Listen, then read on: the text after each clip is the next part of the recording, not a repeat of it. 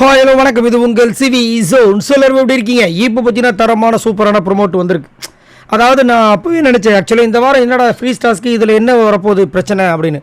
ஆனால் முரண்பாடு அப்படின்னு ஒரு விஷயம் கொடுத்துருக்காங்க. அப்போயே வந்துட்டு நிறைய விஷயங்கள் நடந்துச்சு. முரண்பாடு அவங்க சொல்லிட்டு போனதுக்கப்புறமா உள்ளே இருக்கிற கண்டஸ்டன்ஸ்லாம் வந்துட்டு ஒரு சில விவாதங்கள்லாம் பண்ணாங்க. அதில் குறிப்பாக பார்த்தீங்கன்னா மஞ்சரி, ஜாக்லின், முத்துக்குமரன் இவங்களாம் வந்து அதில் மாட்டினாங்க. அதுக்கப்புறம் அருண் அப்பா வந்துட்டு விஷால் கிட்ட வந்து சொன்னது, ஏன் உங்கள் அப்பா வந்து என்ன என் பையனை வந்து போகிற போகில் கொட்டிட்டு போயிட்டார். இப்படி நிறைய விஷயங்கள் நடந்துச்சு. அப்படின்னு பார்க்கும்போது விஜய் சேதுபதி அதை வந்து கேட்காம இருந்தது எப்படி, அதை வந்து இங்கே ஒரு டாஸ்க்காக கொடுக்குறாரு. என்ன டாஸ்க் கொடுக்குறாருன்னா, உங்கள் வீட்டாளுங்க வந்துட்டு ஒரு கருத்தை வந்துட்டு ஒருத்தர் மேலே வச்சுட்டு போயிருப்பாங்க. பட் அதில் வந்துட்டு உங்களுக்கு ஒரு மாற்று கருத்து இருக்கும். அவங்க இவங்களை கேட்கறது பதில் இவங்களை கேட்டிருக்கலாமேன்னு உங்களுக்கு தோணும்ல. அப்படி யார் மேலே உங்களுக்கு தோணுச்சு அப்படின்போது ஜாக்லின் எந்திரிச்சு அவங்களோட ஆட்டத்தை ஆரம்பிக்கிறாங்க. என்ன சொல்கிறாங்கன்னா, எனக்கு விஷாலில் கேட்பாங்கன்னு தோணுச்சு சார் அப்படின்னு ஆரம்பிக்கிறாங்க. அதான் விஷால் தான் கேட்டாங்களே, நீங்கள் வந்து அங்கே பேசுனதையும் நான் பார்த்தேன், இங்கே பேசுனதையும் பார்த்தேன் தான் வச்சு செஞ்சாங்களே. ஆனால் முரண்பாடில் வந்துட்டு கொஞ்சம் வச்சு செய்யணும்னு இவங்க எதிர்பார்த்துருக்காங்க. அதுக்கப்புறம் வந்து சௌந்தர்யாவே நான் கேட்பாங்கன்னு நினச்சேன் சார், ஆனால் கேட்கலன்னு போது சௌந்தர்யா ஷாக் ஆகிறாங்க.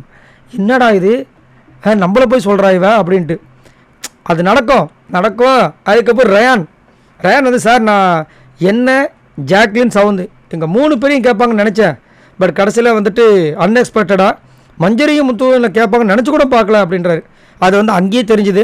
அவரே சொன்னார், அவங்க என்ன வேணாலும் பேசிட்டு போட்டோம், இப்படி எல்லாரும் முன்னாடி வந்துட்டு அவங்க 2 பேரும் வந்து அசிங்கப்படுத்திட்டு போகிறாங்க, ஒரு பொது வழியில் வந்து இப்படியா பேசுகிறதுன்னு சொல்லிட்டு பங்கமாக கலாச்சிருப்பாங்க அம்மா கிட்ட. பாவம் அவங்க அக்கா வீட்டுக்கு போயிட்டு அந்த ஷோவை பார்க்கும்போது செம்ம டென்ஷனாக இருப்பாங்க கண்டிப்பாக. அதுக்கப்புறம் முத்துவை கேட்குறாங்க. முத்து பயங்கரமான, அவர் தான் நேற்று சொல்லிட்டார்ல, இனிமேல் ஆட்டை வெறித்தனமாக இருக்க போகுதுன்னு. சார் குறிப்பிட்டு ஒருத்தர் மேலேன்னு சொல்ல முடியாது சார், எனக்கு பூரா பேர் மேலேயும் வந்துட்டு ஒரு சின்ன டவுட் இருந்துச்சுன்ட்டார். ஆனால் பாவி என்ன அப்படின்னா அதெல்லாம் உண்மை. இந்த பிக் பாஸ் வீட்டுக்குள்ளே இப்போ இருக்கிற ஆட்கள் யாராவது ஒருத்தங்க இது வரைக்கும் இவர் மேலே விமர்சனம் வைக்காமல் இருந்திருக்காங்களா? நல்லா நோட் பண்ணி பாருங்கள்.